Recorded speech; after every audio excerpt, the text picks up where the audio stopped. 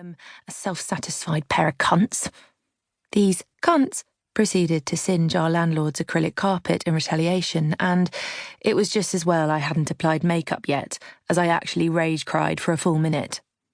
By the time I left for the event, I'd masked my low mood and estrogen levels with red lipstick and arranged my hair so it covered my GHD hickey. I wore an old and reliable black long-sleeve jumpsuit and had gold heels I'd change into when I got to the venue. I was pelted with long strings of rain as I ran to the bus stop, soaked by the time I reached shelter. I checked my appearance using the selfie mode on my phone and admitted defeat. This was just going to be a ball ache of a day, with the event still to come. At least no one you know is coming, I reassured myself, as the bus hissed its way around the corner, splashing the bottom of my jumpsuit with puddle water. Fern, you made it. Oh my God, isn't the weather terrible? Gwen, the bookshop's event manager, met me with the standard publishing industry 2 air kisses. February is a very determined month, I said, while my umbrella dripped onto her brogues. Oh no, I've made you wet, sorry. She waved her hand. Don't worry. Right, sit down. Can I get you anything?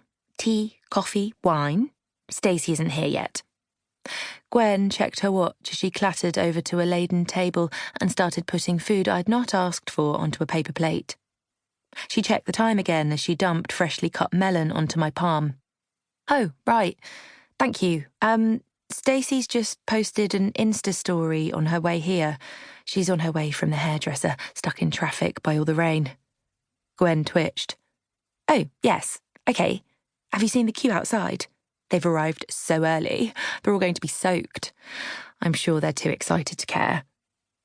I pushed a watermelon slab into my mouth to stop me making a sarcastic comment. Shall I show you the stage setup? I know you've done this loads of times before, but can't hurt to go over it, can it? I sensed it was to ease her nerves rather than mine, but nodded and followed her scuttling through the corridors out onto the giant empty stage. Stacey was too big for her events to fit into a bookshop, so they'd hired out a theatre. Gwen and I stepped out into the blinding lights while a technician paced around the stage, clapping at different moments. A jolt of nerves went through me. So many people would be witnessing this damn carry-on. Stacey's publishers had done a paid partnership with GAR, the website I worked at, and wanted me to chair the event to give her autobiography credibility.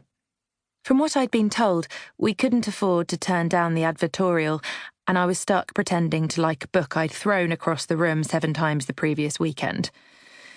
It's dangerous and outdated nonsense. I don't think Stacey's ever met a psychologist, I told Ben, both before and after lunch, and twice more before bedtime. And yet, GAR are splashing it all over their homepage for a whole week. He'd laughed and lowered his lips onto my eyelids. And just think, out of all the chairpersons they could have chosen to peddle such misinformation, they chose you. I stared out at the ocean of space. That's a lot of seats, I said. Gwen grinned. It sold out in an hour, did I tell you? One of the quickest we've had. Do direct them to buy the book at the beginning and the end. So many people forget. Of course. Shall I show you the GAR stand? The what? She led me past a side table dwarfed by the wobbling piles of Stacey's book.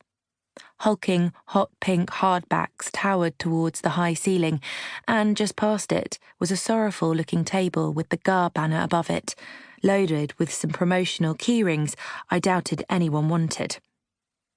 That's your table. It'll be nice for you to be able to chat to people afterwards. Oh, great, I said, immediately furious at my editor Derek for not telling me about this part of the evening. Nobody mentioned me having to loiter around some stand afterwards. Gwen's phone went, and she leapt on it, her eyes wide with relief. Stacey's here, she told me, as if Beyoncé had just arrived. Quick! Can you believe this weather? Stacey bellowed to everyone, rushing into the green room with her tiny publicist, knowing she didn't need to introduce herself. I spent so long getting my hair perfect, and all for what? Oh my God, it makes you want to kill yourself. Whoops, bad joke.